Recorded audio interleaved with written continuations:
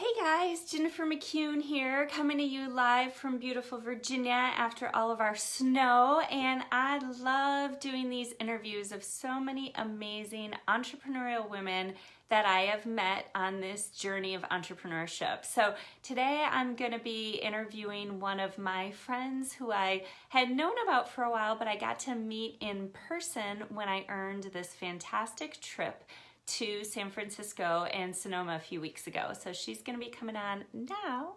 Good timing.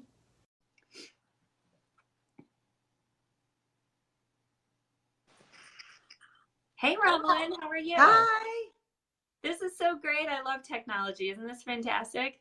best ever.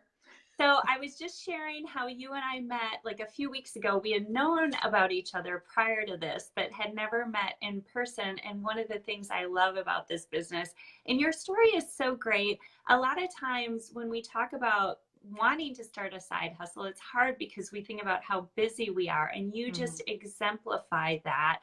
And I was thinking about that. Tell us a little bit more about you and all you had going on and why you decided to add this to your plate. Wow. Okay. So I started really, 6 years ago, and I was just, business owner by trade, five really busy businesses, two in the construction and three in the wedding industries. And it was Oh fun gosh, for I only thought you had two business and I didn't know you had five. I'm going to have to go back and rewrite what I wrote in the notes. Holy cow. Wow. Yeah, I mean, it was two industries. So it was construction and wedding. But, had to diversify, had to make sure that I was catching a lot of the people that were around me. Because I don't know if y'all remember the downfall of our famous economy back in like 2008, all the way to like 2012. I had to figure out how to make ends meet. And it was just easier for me to open businesses because I figured it would, be way too overqualified and probably working 70, 80 hours a week. So found myself opening other businesses. And when, this business that we have now found me, it was one of those where I was just tired of being tired. And when I found out who I was partnering with, I was like, well, no brainer. I mean, if anything, I'll come out with amazing skin. And if not, hey, but I was coachable, even though I've never tried a business that didn't have a brick and mortar. I've always had brick and mortars. Those were my businesses, full warehouse, employees, payroll, all that. So this is very new to me, but I was coachable. And, in a year in doing the business, I was able to really educate myself with what this means and what it can do for me and my family. And moving forward, I mean, it's the best decision I've ever made. So, Now, you had a lot going on. You're a mom. Did you have any hesitations when you started this other business, your first non bricks and mortar business? what's funny? I actually did not. I was Wow. one of those anomalies that jumped immediately, only because, I just knew the caliber of the people I was partnering with. And for something like that, it's kind of like a unicorn of a business. So even though I didn't know anything about it, I jumped, I mean, immediately. The same evening that I heard about the business, I jumped on. I mean, it worried my husband because it was pulling me really thin. I mean, it was my sixth business. Um, but the supportive person that he is, and he knows he's just not going to win with me. So he just says, okay, well, I'll support you, but always know that if it's pulling you, thin, then you got to drop something. But I mean, I was just straight on. I was like, I'm going to make this happen. What they say is, all the ships, I kind of like burned all my ships. I didn't have a plan B. I was like, this is my A. I'm sticking to this land, thick and thin. I'm going to go with it all the way.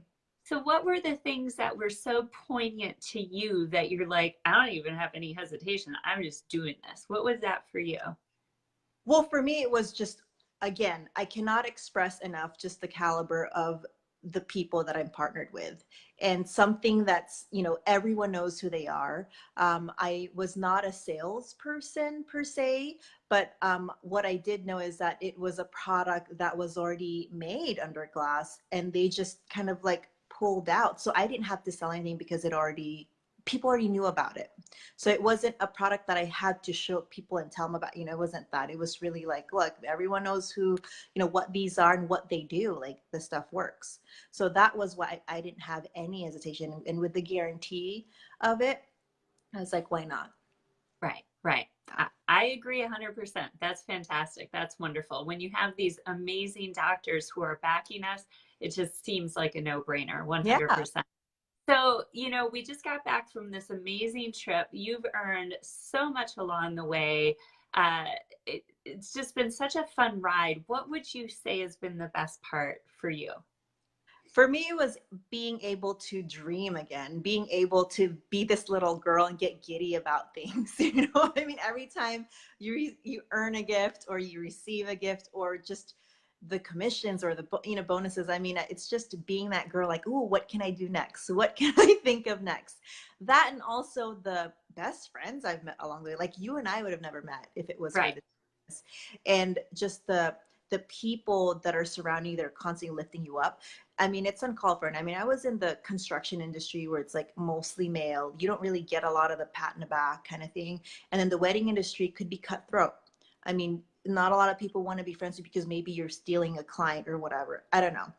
It just was not a nice, just my personality did not fit in with that. And with this business, I mean, we're just constantly making sure like everyone's like lifted and we're lifting each other up. And that was something I did not expect. So I agree with you. And that's been so wonderful to be. I never really truly understood teamwork, I think, until being in this, that we really all can do well. And the better we all do, the better we all do. And it is such a great collaborative group of people, 100%. Well, thank you so much for sharing. If you had any advice for anybody who's thinking of doing a side hustle, and especially now at a busy time of year, what would you say? three things really. First, be you, be authentic. I mean, if you're someone like me, I mean, I'm always like dancing away to something, or just, I mean, if that's how you are, be that. I'm not trying to be like someone else because people want to be authentic. Next is be a friend first. So be a genuine friend, and don't let, the selling or the business really get in the way. And then third, be a servant.